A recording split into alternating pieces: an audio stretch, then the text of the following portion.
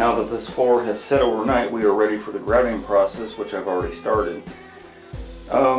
What you're going to need is some type of trough. I don't like buckets to mix grout in because it makes too much. And this is easier to deal with, one of these mud troughs you can buy at Home Depot or Lowe's or whatever in the sheetrock section. That's how I mix my mud. So, sorry, grout. So, anyway, I start at the point that's the furthest away from the door, and I work my way backwards toward the floor. I mean, toward the door, the front of the door. I work my way backwards toward there. So besides the trough and this 6-inch blade, you'll need also a rubber float. You'll need a bucket of clean water, which it was a few minutes ago, and a sponge. And the process of grouting, relatively easy. There's not a whole lot to it. You're going to notice where all these cracks are between the wall and the tile. As a rule, I usually grout that in, and I know that baseboard and quarter round will go there eventually, which will hide it, but I like it to be grouted. I don't like the gap, so I would rather finish it out. And what else? I guess that's about it. This is a really easy process to do. I have another video somewhere in my collection of videos that shows the process of grouting. So, certain areas that you can't get with the float, I'll use a small blade in order to get close to those areas. Up against the tub, for example, I use a small blade. Push down, you're trying to get as much in as possible. Remember, this tile, or your tile, might be 1/4 inch thick or better, and then you have the thin set on top of that, so it might be a 1/2 inch before it hits the floor. So I'm just trying to squish it in there as much as possible. These are really helpful in the back areas and the corners. If for whatever reason, I don't know why you would ever tile around your toilet, but if your toilet is still there, then of course this blade makes it easier to get into the tight spaces. I never recommend that you tile around your toilet, but I've seen it done. So once you get into these tight spaces, which some of them are easier than others to get into, then you would revert to your float. The float has a rounded corner and it has the square corner, and the square corner is of course what I need for this application. So once you have some grout up there, you just kind of move it around. You're kind of setting this at an angle, a 45-degree angle, moving the grout around, pushing it in. There's a lot of downward pressure in order to, again, get this grout in deep enough to where it's doing something. So you're literally forcing this grout into all the areas that you want, and you just move the grout along to other areas, or I do anyway. Whatever works best for you. You know, there's no rule necessarily on grouting. You can do it your own way. I'm showing you how over the years I've learned to do it, make it easier, make a lot of things easier on me by just a repetition of it. So again, same thing, 45-degree angle, pushing down as much as possible. Covering all the areas, all the cracks should be filled. And the back area, I'm going to do it with the float rather than do the blade. But I can tell that it's dropping down on the side of there, so now I think it's bottomed out. Anyway, that's about it. As I said, there's not a lot to grouting. Once you have everything grouted the way you want, you're going to end up with some excess. Just scoop that off in the trough and use it again.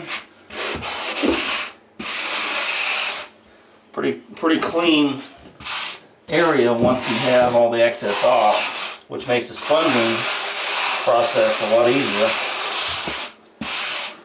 See, I have more there. So as a rule, you want your grout to set up usually about 15-20 minutes. It depends a lot on humidity. It depends if you have, you know, air movement, fan blowing, etc., etc. That's just let the grout kind of do its thing on the inside of the lines before you sponge off the surface. And you're going to use, you know, a pretty good, meaning not used a lot, sponge like this. This is getting on its down end. It's got notches and stuff like that, but you know, the newer the better sponge. the easier the job will be, and you're not going to dig in with all these little pieces of sponge coming off. So anyway, the process, as I said, is on other videos that I have, but you just start. This is the easiest way for me. You start on one end of the sponge. You've got 4 ends. So you're just gliding it across. You're not digging into the grout line. That's the second. This is the third. And then the fourth. And that's all there is to it. Then you would rinse it off thoroughly.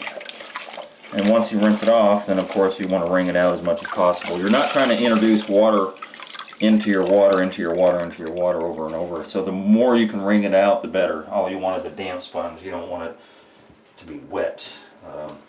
So again, the process is very, very simple, and I don't mean to sound redundant, but I'm used to it, and other people aren't. But you have 4 sides, so we're going to go on one side, and it doesn't really matter if you cover a whole tile. When you do a side, if you only get half the tile, that's fine. But the whole idea is that you're not wiping 2, 3, 4 times to get the grout off. You're just doing it one time.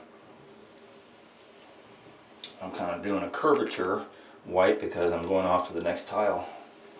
So that's 4 times. Now I covered one long tile with one sponge, doing it 4 times like that. And you know, there's no particular hurry. I don't know why you would be in a hurry to do this process, because it's a final touch. You want it to look nice. So again, that's 1.